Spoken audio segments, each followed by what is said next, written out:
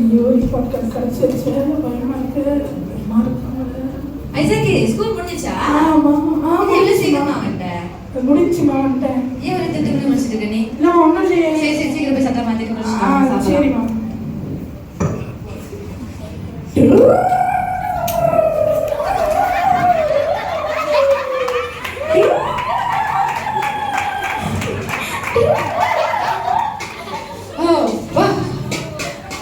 வெயில் ஏய் ஏய் ஏய் அம்மாயா என்ன சமைச்சிட்டு இருக்க அதுதான் நீங்க சமைச்சிட்டு இருக்க சரி சீக்கிரம் போய் குளிச்சிட்டு பொரிச்சு வச்சிட்டு வந்தேன் ஓகே ஓகே சரி நீ போய் குளிச்சிட்டு வாங்க சாப்பிடலாம் ஐசக்கு சீக்கிரம் குளிச்சிட்டியா நீ ஆமா குளிச்சிட்டேன் வந்துட்டேன் சரிம்மா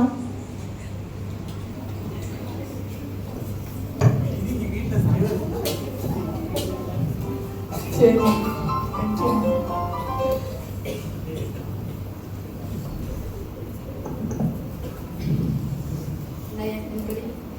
அப்பா என்ன ஆள காணோம்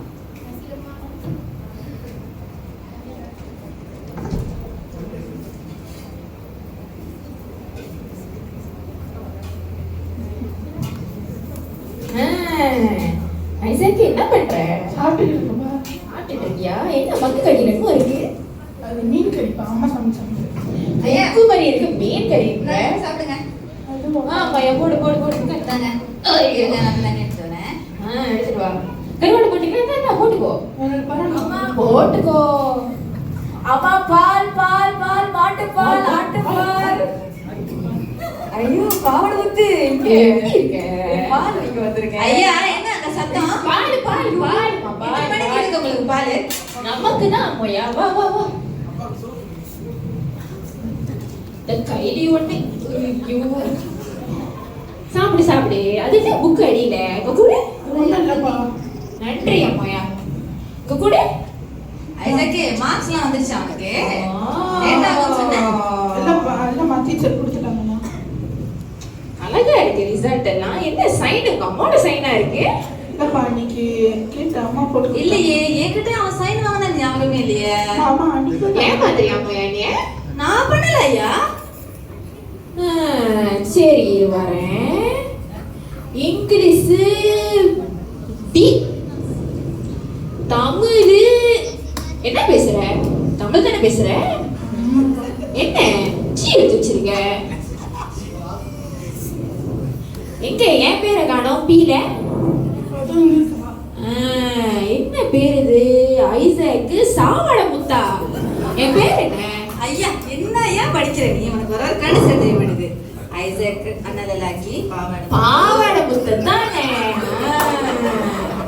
சரி சாப்பிட்டு முடிச்சிட்டியா சாப்பிட்டப்பா சரி வாப்பா நான் சாப்பாடு கொடுக்குறேன் எந்திரி எந்திரி பாப்பா வேணாப்பா எந்திரி அம்மா ஐசக் எந்திரி நான் எப்ப பார்த்தா நல்லா படி சொன்னா கேப்பியாடா நீ நீங்க உங்க அப்பா கிட்ட தான் நல்லா காப்பாத்துற மாதிரி எனக்கு தெரியல நீயாச்சும் உங்க அப்பா வேணாப்பா சரி இரு சரிப்பா ஆயுதத்தை எடுத்துட்டு வந்துடுறேன் இரு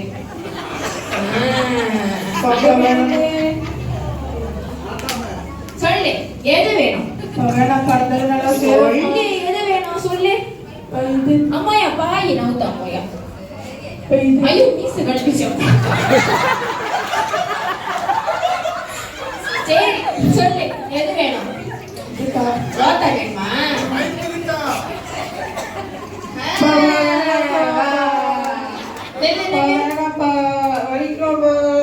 எது கடிக்கிறோம் வலிக்க உன்னை கஷ்டப்பட்டு படிக்க வச்சா என்ன பண்ணிட்டு வந்திருக்க என் பேர்ல ஒரு நாள் எழுது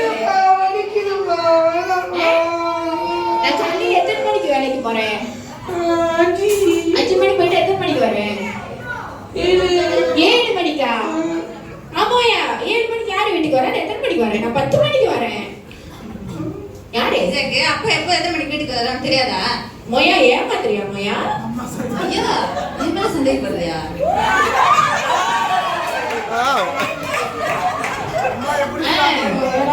ரெடியா போடு ஐயா நல்லா போடு வர வர ரொம்ப மாட்டாதீங்க சொல்லு 1 2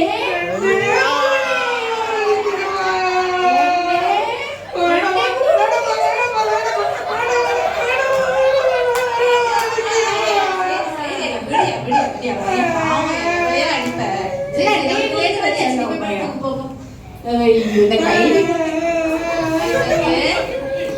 இருக்கு.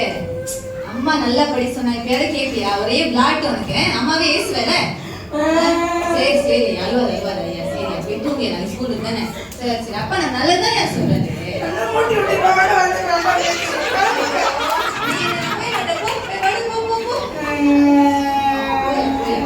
தூங்கியா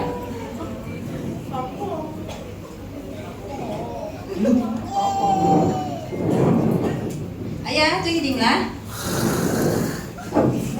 வா அம்மாயா பக்கத்துல படி வா. வந்து படுக்க நீங்க வந்து தூங்குங்க. சரி அம்மாயா.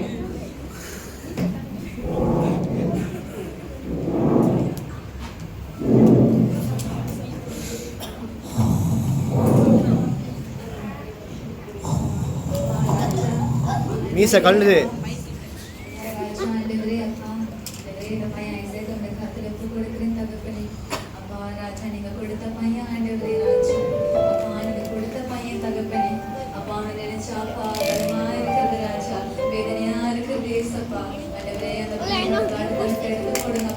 நல்ல ஞானத்தை ஏசப்பா நீங்க நம்ம மகனுக்குதாக ஆண்டவரே ராஜா.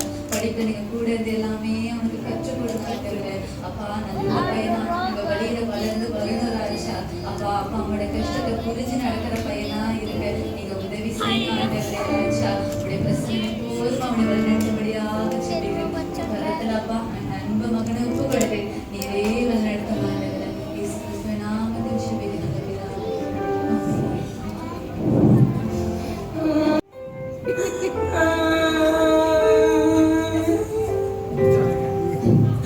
யாருக்குமே பிடிக்க மாட்டேங்குது. எங்க அம்மா அப்பாவுக்கு என் மேல பாசமே இல்லை. எப்ப பார்த்தாலும் என்ன ஏசிக்கிட்டே இருக்காங்க. என்னால அவங்கள சாட்டிஸ்ஃபை பண்ண முடியவே மாட்டேங்குது. எனக்கு இந்த வீட்லயே இருக்க பிடிக்கல.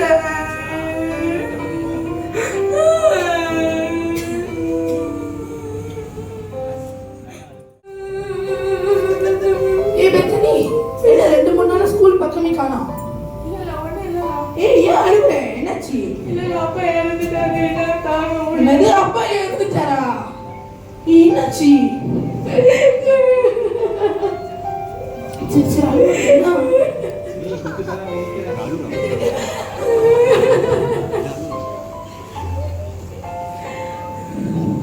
அப்பா வேலை செஞ்சுட்டு இருந்தாரு.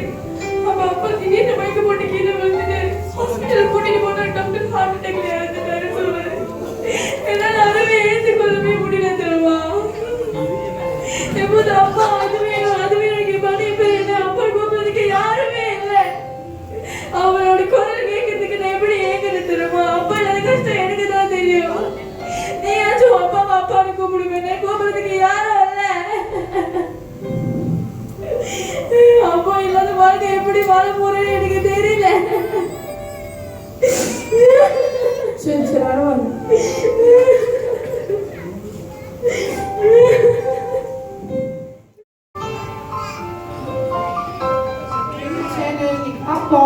அதான் போடுது. இந்தாங்க ஃப்ரெஞ்ச் ஃப்ரைஸ். என்னது வெறும் ஃப்ரெஞ்ச் ஃப்ரைஸ் மட்டும் தான்? நான் வேற எதுவும் இல்லை. நீ சமைக்கவே மாட்டியா? முதல்ல செஞ்சிருக்கேன், சாப்பிடுங்க. கொடு. வாப்பா, என்ன பண்ணிட்டு இருக்கீங்க? வாமா சாப்பிட்டியா? சாப்பிட்டேன்ப்பா. நம்ம படம் பார்த்துக்கிட்டு மாமா வந்து உட்காந்து பாருவா. இதோ வெயிட் பண்ணுங்கப்பா. என்னங்க என்னது மதியம் எடுத்துருக்கேன்? இது ரிப்போர்ட் கார்டுமா? ஆமா.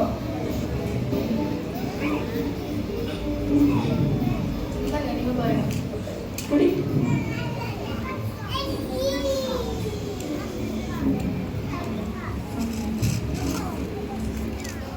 என்னம்மா மார்க் இவ்வளவு மோசமா இருக்கு? இல்லப்பா, பேப்பர் ரொம்ப கஷ்டமா இருக்கு. என்னம்மா கஷ்டமா இருக்கு? கஷ்டமா இருக்குன்னு சொன்ன வச்சுதான் நான் டியூஷன்லாம் போடுறேன். அந்த காலத்து மாதிரியா இருக்கு பேப்பரு. கஷ்டமா தான் இருக்கு. என் கஷ்டம் எனக்கு தான் தெரியும். சொல்றேன்ல கஷ்டமா இருக்கு. என்ன நேற்று சும்மா பேசுறியா ஒன்னு? இப்போ எதுக்கு அது மாதிரி கை ஊங்குறீங்க? அப்புறம் என்ன அது பேப்பர் கஷ்டமா இருக்கா? மார்க் அவ்வளோ இருக்கு. கை உங்காம அதான் சொல்லுங்க, அடுத்த வாட்டி செய்யலானே. என்ன அடுத்த வாட்டி செய்யுது? நீ இப்படியே கவனிக்கிறியா? நீ என்ன நீ கொடுக்குற சென்னனால தான் அது இவ்வளவு தரவா எடுத்துருக்கு. அவங்களாம் பேசி ஜெயிக்க முடியுமா?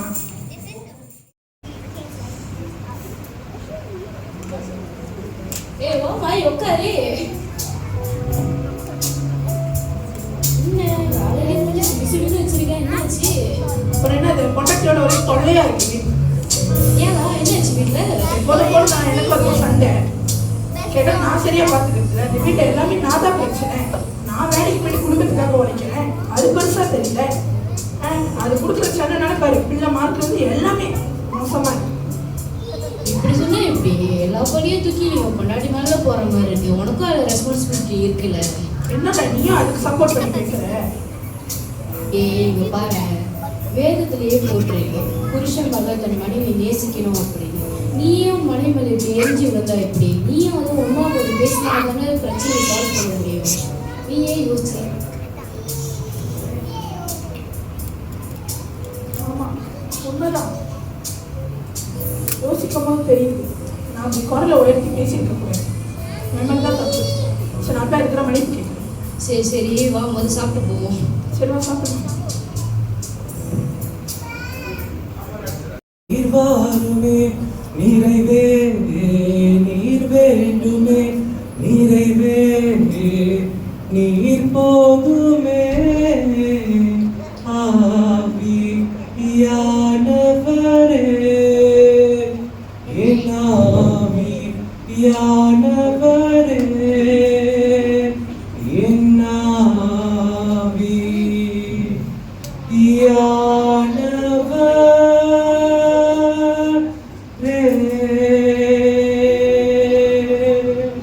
நன்றி தகப்பனே. அப்பா தொடர்ந்து இந்த வெள்ளிக்கிழமை இந்த பிரேயர் எங்க கூட இருந்த கிருபைக்காக நன்றி. இனி அப்பா இன்னும் ஃபியூ ஹவர்ஸ்ல நாங்கள் கடந்து செல்ல போகிறோம். நாங்கள் கேட்டு உங்களோட வார்த்தையை பெற்றுக்கொண்டு ஆண்டவரே இன்னைக்கான மன்னாவை நாங்கள் பெற்றுக்கொண்டு கடந்து செல்ல கிருபை தாருங்க. பேசுற என்னை மறைத்து நீர் வெளிப்படுங்க ஆண்டவரே. அப்படியாக சேர்ப்பு கிருபைக்காக நன்றி. தொடர்ந்து கஷ்டத்தை பாதுகாத்துக்கொள்ளுங்க, வழி நடத்துங்க. ஏசாந்தியமான தீர்ப்பிதாவே ஆமென் ஆமென். Praise the lord. எல்லாம் எப்படி இருக்கீங்க? ஓகே, ஸோ நம்ம இந்த வாரத்தில் இன்னைக்குள்ள டேல வந்திருக்கோம். ஸோ இன்னைக்கு ஸ்பெஷலாக ஏன் ஃப்ரைடே ஒரு பெரிய வச்சிருக்கோம்னா, பிரியமானவர்களே இன்னைக்கு வந்து நம்ம பேரண்ட்ஸ் டே முன்னிட்டு அந்த பேரண்ட்ஸ் டே செலிப்ரேட் பண்ணுறதுக்காக நம்ம வந்து இந்த இடத்துல கடந்து வந்திருக்கோம். ஸோ இந்த இடத்துல வருகை தந்திருக்கிற எல்லாத்துக்கும் நாமத்தில் பால்ஜி அன்போடு கூட நான் வந்து இந்த இடத்துல உங்களை வந்து வரவேற்கிறேன். ஓகே, ஸோ நம்ம ஆல்ரெடி வர்ஷிப்பில் டைம் கொஞ்சம் லேட் ஆச்சுன்னு நினைக்கிறேன். ஆமாம், கொஞ்சம் நம்ம இன்னைக்கு நம்ம சாட்சி நல்லா கொடுத்தோங்க. ஸோ அதனால கொஞ்சம் லேட் ஆச்சு. ஸோ பரவாயில்ல, நான் சீக்கிரமாக முடிக்க பார்க்குறேன். ஏன்னா இது சீக்கிரமாக இந்த காலையில் நான் எந்திரிக்கிறப்ப ஆண்டவர்கிட்ட பேசுகிறப்ப இன்னைக்கு காலையில் கொடுத்த ஒரு வார்த்தை தான் எனக்கு கொடுத்த வார்த்தை. இந்த வார்த்தையை வந்து நான் கண்டிப்பாக உங்ககிட்டலாம் பகிர்ந்துக்கணும் அப்படின்னு நான் வந்து பேசுவேன். நான் வேற வசனம் எடுத்து வச்சிருந்தேன் போன வாரத்தில்.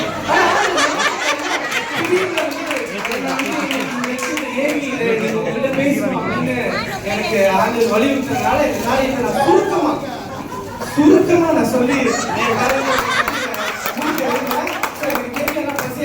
சாப்பாடு மேல ஆயத்தமா இருக்கு. இப்ப நம்ம தாமதிக்காம நம்ம முதல் வசனத்துக்குள்ள கடந்து செல்வோம். ஸோ இன்னைக்கு வந்து பெற்றோர்கள் தினமா இருக்கிறதுனால உங்களுக்கே தெரியும் என்னோட டாபிக்கும் வந்து பெற்றோர் சம்மந்தப்பட்டுதான் இருக்கு. என் தலைப்பு என்னன்னா கடவுளின் திட்டம், அதாவது பிராக்கெட்ல கணவன் மனைவியின் உறவு. ஸோ இந்த உறவு வந்து ரொம்ப ஒரு புனிதமான உறவு. ஸோ இந்த உறவை பற்றி தான் இன்னைக்கு நான் வந்து உங்களிடம் பேச போறேன். அதாவது கணவன் மற்றும் மனைவிக்குண்டான உறவு வந்து அது வெறும் ஒரு ஒப்பந்தம் அல்ல, அது கடவுள் ஏற்படுத்தின ஒரு திட்டமான உடன்பாடா இருக்கு. ஸோ இது வந்து இந்த வசனம் வந்து 2 பாயிண்ட் தான் நீங்க வச்சிருக்கேன். அந்த 2 பாயிண்ட் நான் சுருக்கமாக முடிச்சிடுறேன். ஸோ நீங்க முதல் வசனம் என்ன எடுத்துருக்கோம்னா எபேசியர் 5:25. யாராச்சும் ஒரு ஆள் சீக்கிரமா வாசிக்கிறீங்களா? புருஷர்களே உங்கள் மனைவிகளில் அன்பு கூறுங்கள், அப்படியே கிறிஸ்துவ சபையில் அன்பு கூர்ந்து. மறுபடியும் அந்த வசனத்தை படிங்க. அதற்கு புருஷர்களே உங்கள் மனைவிகளில் அன்பு கூறுங்கள், அப்படியே கிறிஸ்துவ சபையில் அன்பு கூர்ந்து. ஓகே, இப்போ 5:25 படிங்க. கணவர்களே, எபேசியர் 5:25. கணவர்களே உங்கள் மனைவிகளில் அன்பு கூறுங்கள், அப்படியே கிறிஸ்துவ சபையில் அன்பு கூர்ந்து. ஓகே, நான் எடுத்துக்கிட்ட பைபிள்ல இங்க இருக்கிற வசனம் என்னன்னா, கணவர்களே தேவாலயத்தை நேசித்து அதற்காக தம்மை தாங்களே கொடுத்த கிறிஸ்துவை போலவே உங்கள் மனைவிகளை நேசியுங்கள். எப்படி? தம்மை தாமே கொடுத்த கிறிஸ்துவை போலவே உங்கள் மனைவிகளை நேசியுங்கள் அப்படின்றது வந்து அழகா தெளிவா சொல்லியிருக்காங்க. ஆண்டவர் எப்படின்னா so it's a tall order. அதாவது ஆண்டவர் சபைக்காக, சபைனா யாரு? நீங்களும் நானும் தான் தேவாலயம், நம்ம தான் சபை. ஸோ நம்மளுக்காக அவர் தன்னை தானே கொடுத்தாரு. அது போல நீங்களும் உங்க மனைவிகள் கிட்ட உங்க செல்ஃபை சரண்டர் பண்ணா மாத்திரமே வாழ்க்கையில சிறப்பு இருக்கும். அதனால அந்த மாதிரி ஒரு சரண்டர் தான் உங்ககிட்ட வந்து ஆண்டவர் வந்து எதிர்பார்க்கிறாரு. ஸோ எக்ஸாக்ட்லி எப்படி அவர் வந்து இங்கிலீஷ்ல கிளியரா போட்டிருக்கு, Jesus has Christ loved the search and gave up himself for her. அதே மாதிரி நீங்க உங்க செல்ஃபை அப்படி கொடுக்கணும். ஸோ இதுதான் வந்து டாபிக். அதாவது எந்த ஒரு பிரச்சனையா இருந்தாலும் சரி, எந்த ப்ராப்ளம் இருந்தாலும் சரி, பேசி தீர்க்க முடியாத எந்த விஷயமும் இல்லை. பைபிள் அது நிறைய வாரம் வந்து ஆண்டவர் வார்த்தையிலே இது பண்ணியிருக்காரு. வாரன் சொல்றதோட ஒரு சின்ன சண்டை சொல்லணும்னா யோவான் 8:1-11 உங்களுக்கு எல்லாம் தெரிஞ்ச வசனம் தான். அதுல வந்து அந்த இஸ்திரி, இந்த கவர் செஞ்ச இஸ்திரி வந்து எல்லாரும் கல்லி எறிஞ்சு கொலை பண்ணணும் அப்படின்னு ட்ரை பண்ணி கல்லி எறிகிறப்ப ஆண்டவர் ஒன்று தான் கேட்டாரு, நீங்க யார் வந்து பாவம் செய்யாம இருக்கீங்களோ நீங்க வந்து கல்ல விசுங்க. யாருமே விசதில்லை. அப்ப விசுறாத காரணம் என்ன?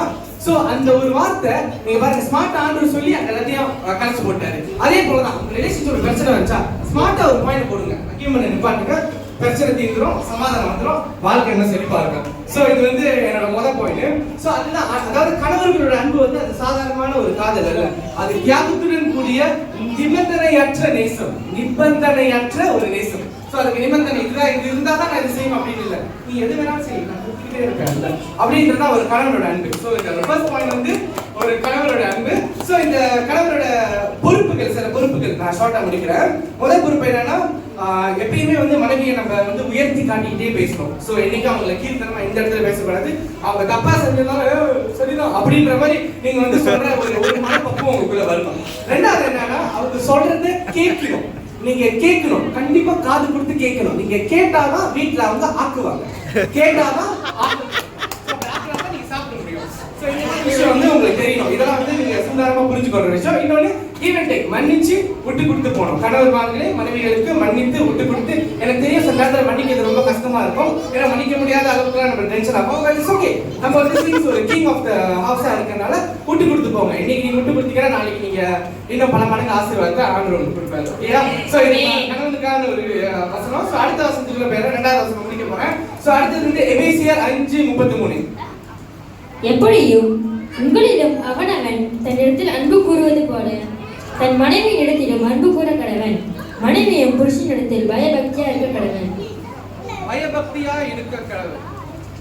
அதாவது இங்கிலீஷ்ல என்ன போட்டுருக்குன்னா, பயபக்திக்கு மாற்றமா, அதாவது ஆங்கில எப்பயுமே வந்து இங்கிலீஷ் பைபிள் வந்து கொஞ்சம் வார்த்தை உங்களுக்கு புரியும். அது நீங்க தமிழ் வசனத்தில் பார்த்தீங்கன்னா அது கொஞ்சம் நம்மளுக்கு குழப்பற மாதிரி இருக்கும். ஆனால் இங்கிலீஷ்ல கிளியரான வார்த்தை வந்து ஆண்டவர் போடுறாரு.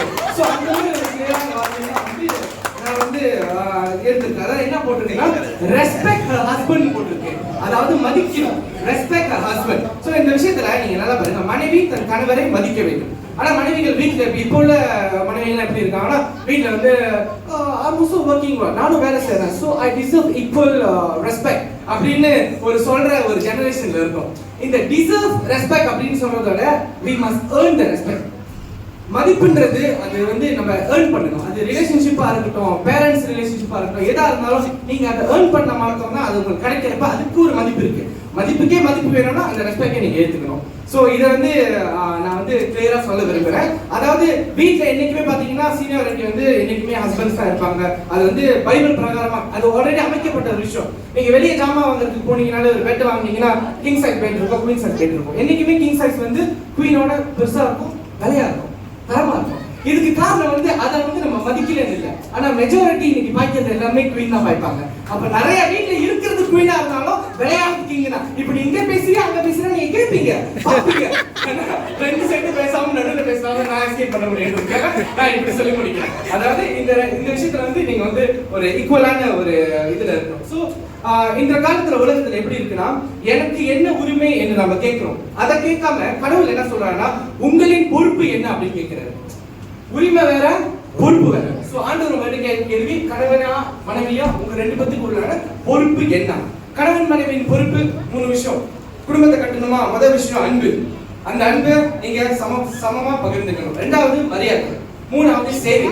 இந்த சேவையை வந்து வாழ்க்கை நல்லா இருக்கணும்னா சேவை உங்களுக்கு தேவை. சோ அந்த சேவையை வந்து கரெக்டா நீங்க செஞ்சீங்கன்னா வாழ்க்கை இன்னும் அற்புதமா இருக்கும். சோ இதெல்லாத்தையும் நீங்க அழகா கண்டுக்கிட்டீங்கன்னா, திருமணம் கிறிஸ்துவத்தின் தேவாலயத்துக்கு கொண்ட உறவுக்கு பிரதிபலிக்கும். It represents the relationship between Christ and church. இந்த மாதிரி ஒரு விஷயத்தை நீங்க பண்ணீங்கன்னா அது வந்து அவ்வளவு ஒரு புனிதமான, என்னைக்கு the most புனிதமான ஒரு ரிலேஷன்ஷிப் ஆண்டவருக்கு நம்மளுக்கு உள்ள அந்த உறவு.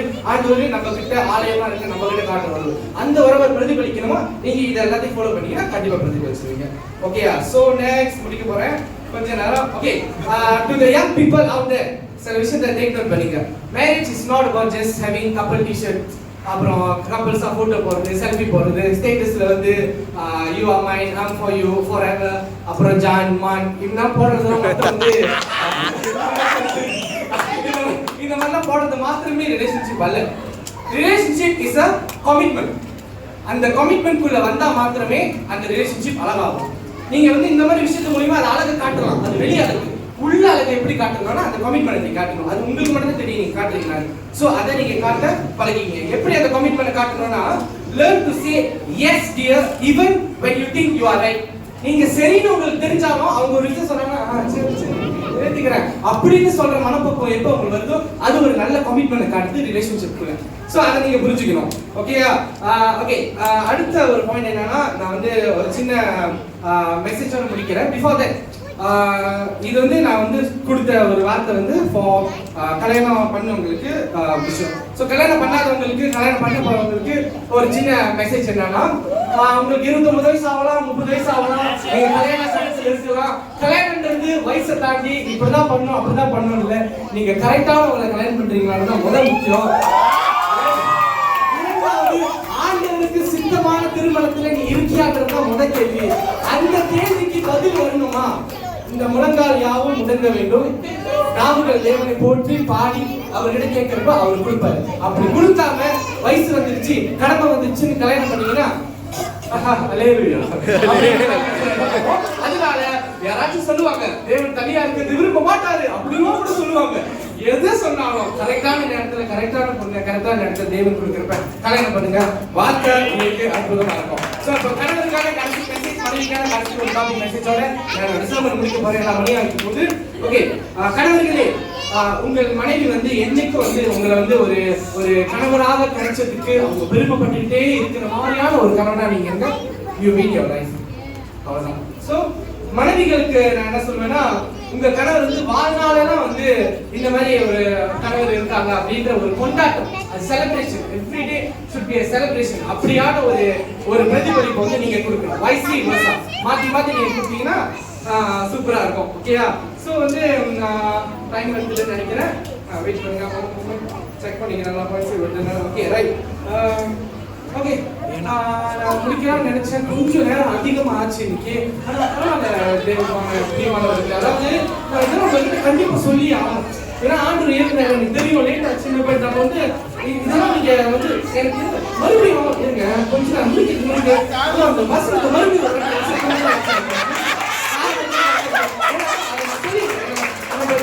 தெரியும். நம்ம நிறைய நம்ம வந்து பார்வை இல்லாம நம்ம வந்து குருடர்களா சில விஷயத்துல இருக்கும் தெரியுமா. நான் அந்த மாதிரி பார்க்கலாம் பார்க்கிறேன், நீங்க எதுவும் நினைக்காதீங்க. எனக்கு ஆண்டு ஏழுதான் அந்த விஷயம் நான் சொல்றேன்.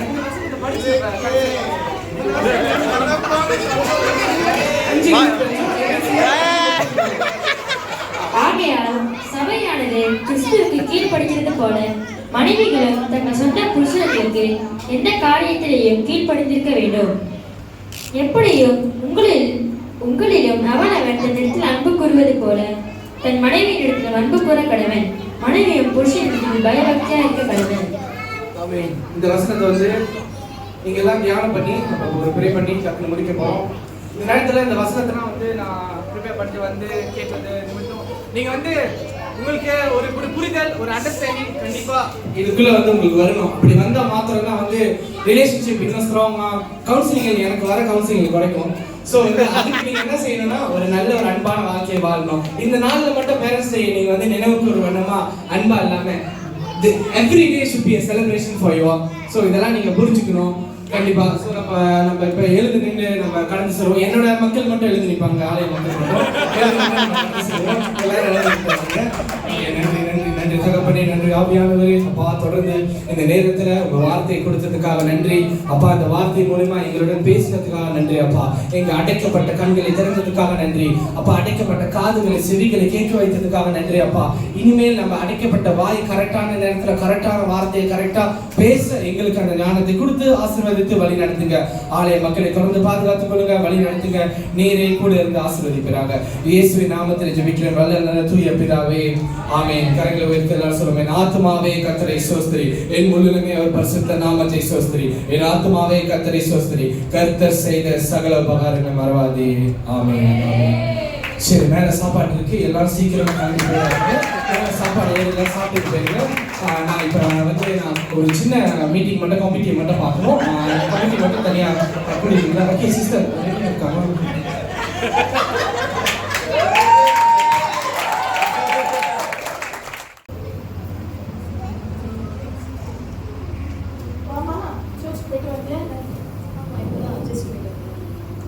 சரி, நான் அவன்கிட்ட சொல்லணும்.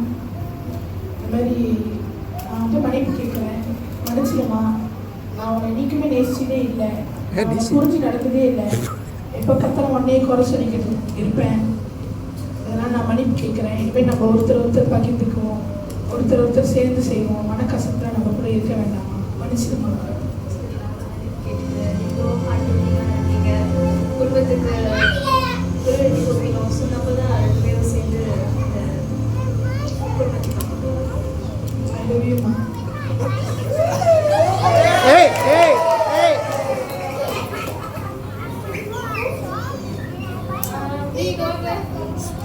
சொல்லுங்கம்மா. மாமா கருமா சொல்லுங்கம்மா. சாப்பிட்டியாமா? சாப்பிட்டேன்ப்பா. சரிம்மா, அப்பா அவங்ககிட்ட ஒன்று சொல்லணும். இல்லைப்பா, அதுக்கு முன்னே நான் ஒன்று சொல்லணும். இது நான் அப்படி உங்ககிட்ட ரூடாக பேசிட்டு இருக்கக்கூடாது. நான் இந்த பட்சத்தில் சரியாக செய்யலை, அது எனக்கே தெரியும். என்னோட நான் கொஞ்சம் எஃபர்ட் போட்டு நல்லா செய்கிறேன்ப்பா. சரி, அப்பா அவன்கிட்ட ஒன்று சொல்லணுமா. நானும் அவங்ககிட்ட மன்னிப்பு கேட்குறேன். ஏன்னா நானும் அவங்ககிட்ட அப்படி குரலை உயர்த்தி பேசியிருக்கக்கூடாது. எக்ஸாம் என்ன இன்னைக்கு வரும், நாளைக்கு போவோம். ஸோ இருந்தாலும் நான் அவனை காயப்படுத்திட்டேன். அதுக்காக நான் மன்னிச்சிருவேன். அவன் ஹர்ட் பண்ணுறவங்க நான் அதை நடந்துக்கிட்டேன். தயவாக மன்னிச்சிருவேன். லவ்யூமா.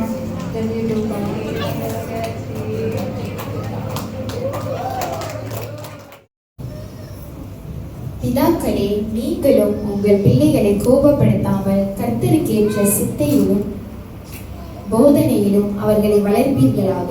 பெற்றோர்களே, பிறப்பினால் நம் பிள்ளைகளை ஒழுங்குபடுத்துவது நல்லது. ஆனால் அதே நேரத்தில் பிள்ளைகளை நேசிக்க தவறாதீர்கள். நம் கண்டிப்போடு கூடி நம் அன்பும் அவர்களுக்கு அவசியம். பிள்ளைகள் நம் அன்பிற்காகவும் நேரத்திற்காகவும் இயங்குகிறார்கள். தேவன் நம்மை நேசித்தது போல நாமும் நம் பிள்ளைகளை நேசிப்போமாக.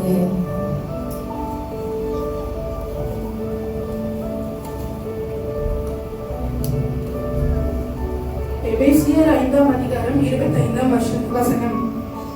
புருஷர்களே, உங்கள் மனைவிகளில் அன்பு கூறுங்கள்.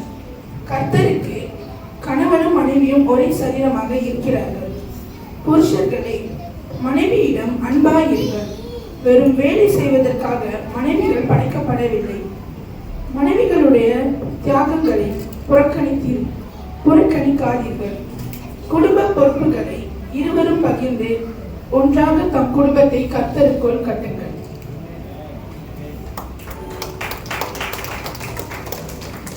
எபேசியர் 5:22. மனைவிகளே, கர்த்தருக்குள் கீழ்ப்படிகிறது போல உங்கள் சொந்த புருஷருக்கு கீழ்ப்படியுங்கள். நீங்கள் 9 மாதம் பிள்ளையை சுமந்தது போல கணவர்கள் மனைவியையும் தங்கள் பிள்ளைகளையும் வாழ்நாள் முழுவதும் சுமக்கியவர்களாய் இருக்கிறார்கள். ஆகவே மனைவிகளே, கர்த்தருக்குள் கணவனை கனப்படுத்துங்கள். உங்கள் கணவரை நேசிக்க தவறிவிடாதீர்கள்.